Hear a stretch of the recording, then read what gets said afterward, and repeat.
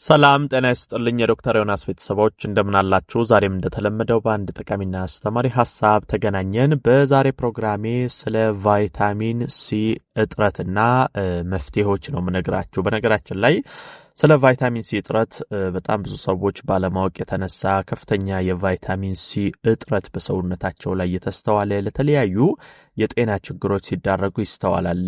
ቫይታሚን ሲ ሰውነታችን ላይ በሚያንስበት ጊዜ በጣም በርካታ ችግሮች በሰውነታችን ላይ ይፈጠራሉ። ስለዚህ በተለይ እስቲ ምልክቶቹ ላይ አተኩራለሁ። አንድ ሰው የቫይታሚን ሲ እጥረት ካለበት ምን አይነት ምልክቶች ሰውነቱ ላይ ይስተዋላሉ? እንዴት አርጋችሁ የቫይታሚን ሲ እጥረትን በተለይ ከአመጋገብ ጋር ተያይዞ በአመጋገብ ምን ምግቦችን ተመገባችሁ ይሄን ችግር መቅረፍ እንደምትችሉ እያያያዝን እናያለን ማለት ነው። አብራችሁን ቆዩ። ለቻናሌ አዲስ ከሆናችሁ ሰብስክራይብ አድርጋችሁ ቤተሰብ ሁኑ። ይሄን መረጃም ላይክ ሼር እያደረጋችሁ ሌሎችም ጋር እንደዚሁ ደርሶ እንዲማሩበት አጋሯቸው። በቀጥታ ወደ ሐሳባችን እንግባ።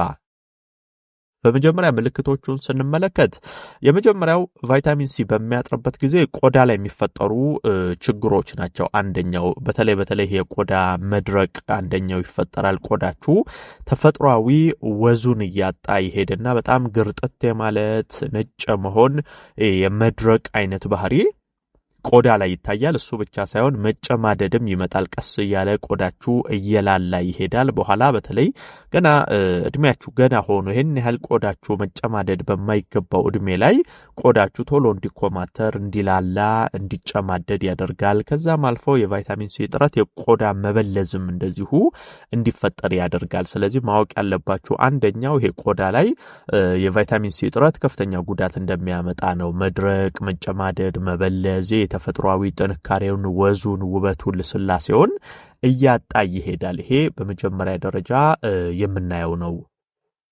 ሌላው የድድ መድማት፣ ማበጥ፣ ይሄ በተለይ ጥርስ አካባቢ የሚፈጠሩ ችግሮች ናቸው። ቫይታሚን ሲ ድዳችን ከጥርሳችን ጋር በደንብ ተጣብቆ እንዲያዝ የሚያደርግልን ዋነኛው ነገር ነው። ታዲያ በኋላ የቫይታሚን ሲ እጥረት ሲኖር ይሄ ድዳችን ከጥርሳችን እየላላ እየለቀቀ ይሄዳል። በኋላ በትንሽ ንክኪ ጥርሳችሁንም ስትቦርሹ ሊሆን ይችላል፣ ወይ ምግብ ስትመገቡ ኖርማልም እያወራችሁ ሊሆን ይችላል። ድዳችሁ በተደጋጋሚ የመድማት ባህሪን ያሳያል። ከዛም አልፎ እያበጠ ይሄዳል። የድዳችሁ ዙሪያውን አካባቢ እብጠት እየተፈጠረ ይሄዳል። ስለዚህ ይሄ ተያይዞ የሚያመጣቸውም ችግሮች አሉ። ድድ የሚደማ ከሆነ የሚያብጥ ከሆነ በኋላ መጥፎ ያፍጠረን ማምጣት፣ የተለያዩ የአፍ ውስጥ ችግሮች ማምጣት፣ እንደዚህ አይነት ነገሮች ተያይዘው ይመጣሉ። መነሻቸው ምንድነው? በቫይታሚን ሲ እጥረት ድዳችሁ ስለሚደማ ስለሚያብጥ የተፈጠረ ችግር ነው ማለት ነው። ስለዚህ ይሄም ከቫይታሚን ሲ እጥረት ጋር ተያይዞ የሚነሳ ነው። ሌላኛው በጣም በተደጋጋሚ የድካም ስሜት መሰማት ነው። እንግዲህ ለሰውነታችን በተለይ የበሽታ መከላከል አቅማችን እንዲዳብር የሚያደርግልን ብርታት ለሰውነታችን ከሚሰጡ ነገሮች አንዱ ቫይታሚን ሲ ነው። ቫይታሚን ሲ እየቀነሰ በሚሄድበት ጊዜ ይሄ የበሽታ መከላከል አቅማችሁም እየቀነሰ ይሄዳል። በጣም እየተዳከማችሁ ትሄዳላችሁ። ይሄን ያህል አድካሚ ነገር ሳትሰሩ ሰውነታችሁ በጣም የመዛል፣ የመድከም እንደዚህ አይነት ምልክቶች ያሳያል ማለት ነው። ይሄ ከድካም ጋር ተያይዞ ቫይታሚን ሲ የሚያመጣው ነው።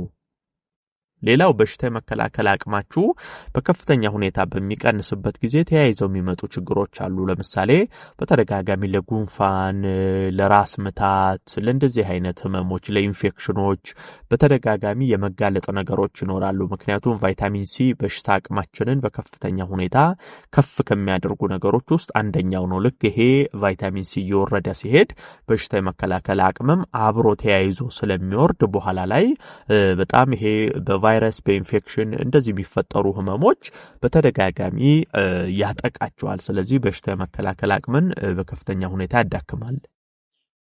ሌላኛው ይሄ ከመገጣጠሚያ እብጠት ህመም ጋር ተያይዞ የሚያመጣው ችግር ነው። እንግዲህ ቫይታሚን ሲ በሚያጥርበት ጊዜ መገጣጠሚያ አካባቢዎች ላይ እብጠት በተደጋጋሚ ይፈጠራል፣ ህመም ይፈጠራል፣ የአጥንት መሳሳት ችግሮች ይፈጠራሉ። ከዚህ ከአጥንት ከመገጣጠሚያ ከእንደዚህ አይነት የሰውነት ክፍሎቻችሁ ጋርም ተያይዞ የቫይታሚን ሲ እጥረት ከፍተኛ ጉዳት ያመጣባቸዋል። በጣም በትንሽ ንክኪ አጥንት ቶሎ የመሰበር ይሄ ከመሳሳት ጋር ተያይዞ ቶሎ መሰበር ይኖራል።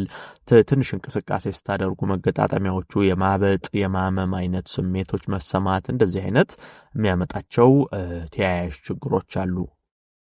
ሌላኛው በጣም ተደጋጋሚ ነስር ነው። በነገራችን ላይ ከዚህ ከነስር ጋር ተያይዞ ብዙ ጊዜ የምትጠይቁኛላችሁ። ነስር ይሄ በሕክምና ተመርምራችሁት የነስሩ መነሻ ካልታወቀ ምናልባት ቫይታሚን ሲ ብትታዩ ጥሩ ነው። ቫይታሚን ሲ ሰውነት ላይ በሚቀንስበት ጊዜ በተደጋጋሚ ለነስር ልትጋለጡ ትችላላችሁ። የማስነሰር አቅም አለው። ቫይታሚን ሲ እጥረት ምልክቶች ውስጥ ይካተታል። ስለዚህ ተደጋጋሚ የሚነስራችሁ ሰዎች ምናልባትም ከቫይታሚን ሲ እጥረት ጋር ተያይዞ የመጣባችሁ ሊሆን ይችላል። ስለዚህ ይሄን ብታውቁና ቼክ ብትደረጉ መልካም ነው።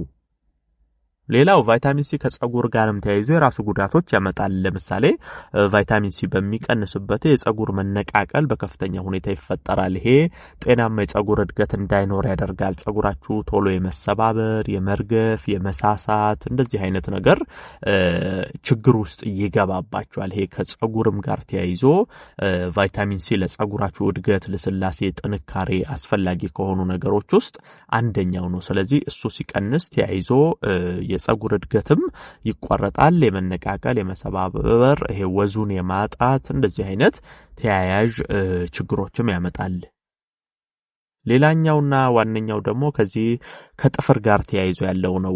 ቫይታሚን ሲ ለጥፍር ጥንካሬ፣ ጤንነት፣ እድገት ትልቅ ሚና ይጫወታል። ነገር ግን ቫይታሚን ሲ በጣም ሲሳሳ ጥፍራችሁ እየሳሳ ይሄዳል። በጣም መሰባበር ይጀምራል። እንደዚሁ በራሱ መላላጥ፣ መሰባበር ከዛም አልፎ ቅርጹን መቀየርም ያመጣል። አንዳንድ ጊዜ የቫይታሚን ሲ እጥረት በሚኖርበት ጊዜ ጥፍሮቻችሁ የመግቦጥ መሰርጎድ መሃል ላይ የመሰርጎድ እንደዚህ አይነት ቅርጽ ሊይዝባችሁ ይችላል። ይሄ ተፈጥሯዊ ጤናማ ቅርጹን እየለወጠ ሊሄድ ይችላል። እሱ ብቻ ሳይሆን በጣም ስስ ስለሚሆን ቶሎ በትንሽ ንክኪ የመላላጥ የመሰባበር አይነት ባህሪዎችን ያሳያል። ይሄ ጥፍር ጥንካሬውን እንዲያጣ ስለሚያደርገው ነው። እንግዲህ ይሄ ሁሉ እስካሁን የዘረዘርናቸው ነገሮች ቫይታሚን ሲ በማጠሩ የሚመጡ ችግሮች ናቸው። ታዲያ መፍትሄው ምንድነው? መፍትሄው የቫይታሚን ሲ ይዘት ያላቸው ምግቦችን መመገብ ነው። በዋናነት የሚጠቀሱት እነ ብርቱካን፣ ቃሪያ፣ የሮማን ፍሬ፣ ብሮኮሊ፣ ስትሮቤሪም ጥሩ ነው ለቫይታሚን ሲ። እንደነ ማንጎ፣ ሙዝ፣ ይሄ ጥቅል ጎመን እንደዚህ አይነት ፍሩቶችን አትክልቶችን መመገብ ቫይታሚን ሲ ይዘት ስላላቸው እነዚህ በተለይ አሁን የዘረዘርኩላችሁን ምግቦች ብትመገቡ በጤናማ መንገድ የቫይታሚን ሲን ሰውነታችሁ ላይ መጨመር ትችላላችሁ ማለት ነው። ይሄን መረጃ ላይክ ሼር አድርጋችሁ ለሌሎችም አጋሩ። ለቤት አዲስ ሆናችሁም ቻናሌን ሰብስክራይብ አድርጋችሁ ቤተሰብ ሁኑ። የዛሬን በዚሁ አበቃው። በቀጣይ ቀን ደግሞ ሌላ ጠቃሚና አስተማሪ ሐሳብ ይዤላችሁ ዳግም የምንገናኝ ይሆናል። እስከዛው በያላችሁበት መልካም ጊዜ